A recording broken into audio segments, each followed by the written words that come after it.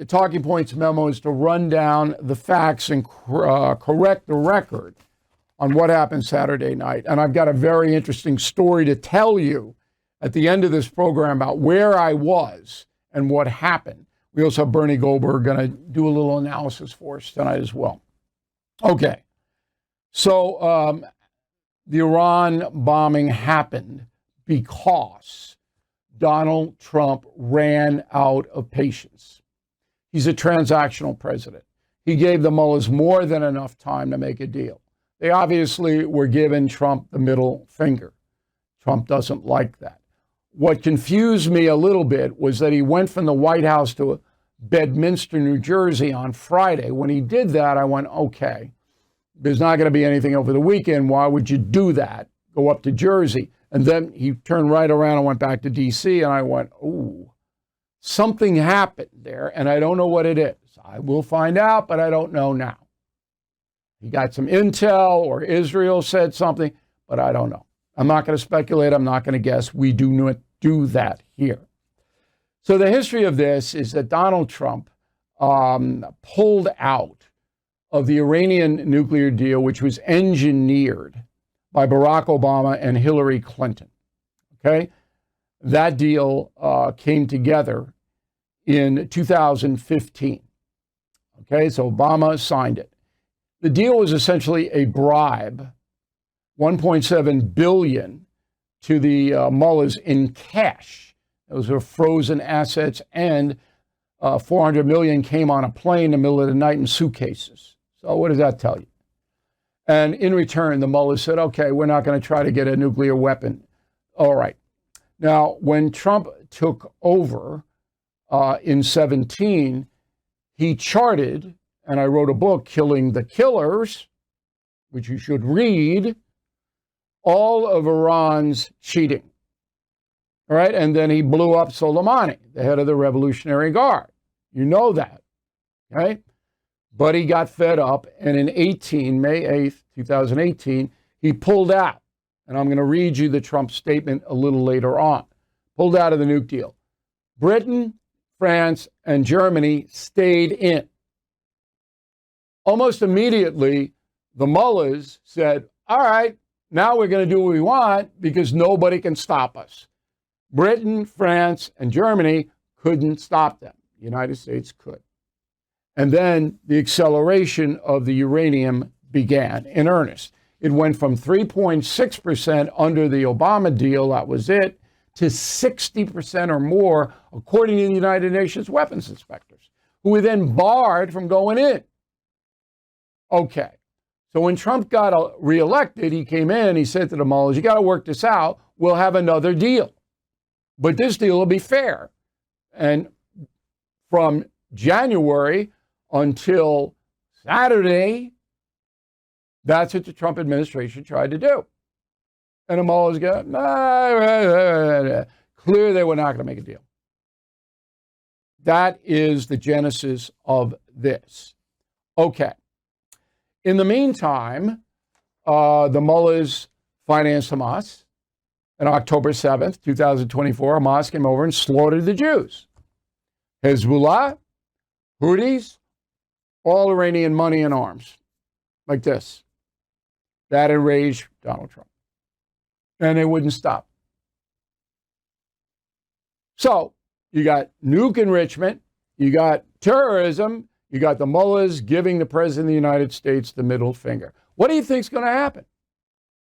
Now, if Kamala Harris had been elected and her own people say this, she would have done nothing because Biden didn't do a thing. Not a thing. They're weak. Trump's not weak. Was it the right thing to do? Absolutely, yes. Will it work out the way that we hope? No one knows. Okay. Now, you heard immediately from the left that Trump needs to be impeached, that he needs this, the War Powers Act. Just give you some facts. 1998, President Clinton bombs Afghanistan, trying to get the Taliban and Al-Qaeda because they blew up American embassies in Kenya and Tanzania. 1999, President Clinton bombs Kosovo.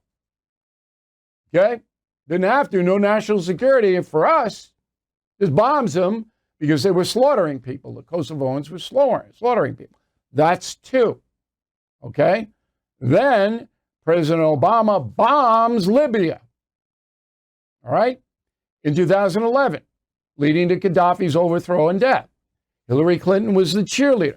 Democrats said not one word on any of those. Not one word. Keep that in mind. All right. Now they're screaming War Powers Act. War Powers this, War Powers that. I'm going to quote from the War Powers Act. Officially known as the War Powers Resolution, sets a limit of 60 to 90 days for military deployments initiated by the president without a formal declaration of war or explicit congressional authorization. So Trump didn't violate anything. He's got 60 to 90 days to expedite this. There it is. Oh, no. Oh, we have to bring him up and impeach him. Two morons. I'll get to that in a moment. Ocasio-Cortez and this guy Kasten. Oh, my God. But the worst is Schumer. Charles Schumer, the Senate Minority Leader. What a hypocrite. Okay? Here's what he said. Quote, "We must enforce the War Powers Act, and I'm urging Leader Thune to put it on the Senate floor immediately. I am voting for it and implore all senators on both sides of the aisle to vote for it." Chuck Schumer. Okay? Now, you got the window there. Schumer doesn't care. Wants to embarrass Trump. Here's what Schumer said, okay, in the run-up to Obama bombing Libya. Go. "I think the president's handling it very well. Not taking a military option off the table, but being careful." And then after the bombs dropped, Schumer didn't say anything. Supported it. What a blanking hypocrite. My God. Okay. Now, the Senate, the House Ethics Committee have got to call Congressman Sean Casten and Congresswoman Alexandria Ocasio-Cortez. While our military people were in the air, they called for the impeachment of the commander-in-chief. Okay? They got to go up before the Ethics Committee. And I'm going to make sure that happens. So tomorrow, we're going to tell you who the chairman of the Ethics Committee is. We're going to call him.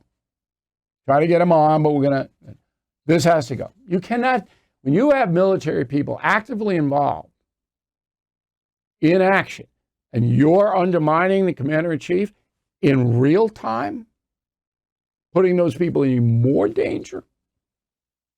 Yeah, you could use the word treason. You never get a conviction on that. But I don't think that's an unreasonable word for these two. And they're both nuts. And I mean that literally. They are as far left as you could possibly be, sympathizing with the devil. They're wrong. All right, so within hours of the bombing, the Mullers, I said, they've lost all face. They're trying to desperately hang on. We're going to close the Straits of Hormuz. We're going to do this. We're going to do that. Now, there has been a reaction abroad, but I'm going to save that to the YouTube channel because I want to get into it in a more precise way. And I got so much to cover here on breaking news.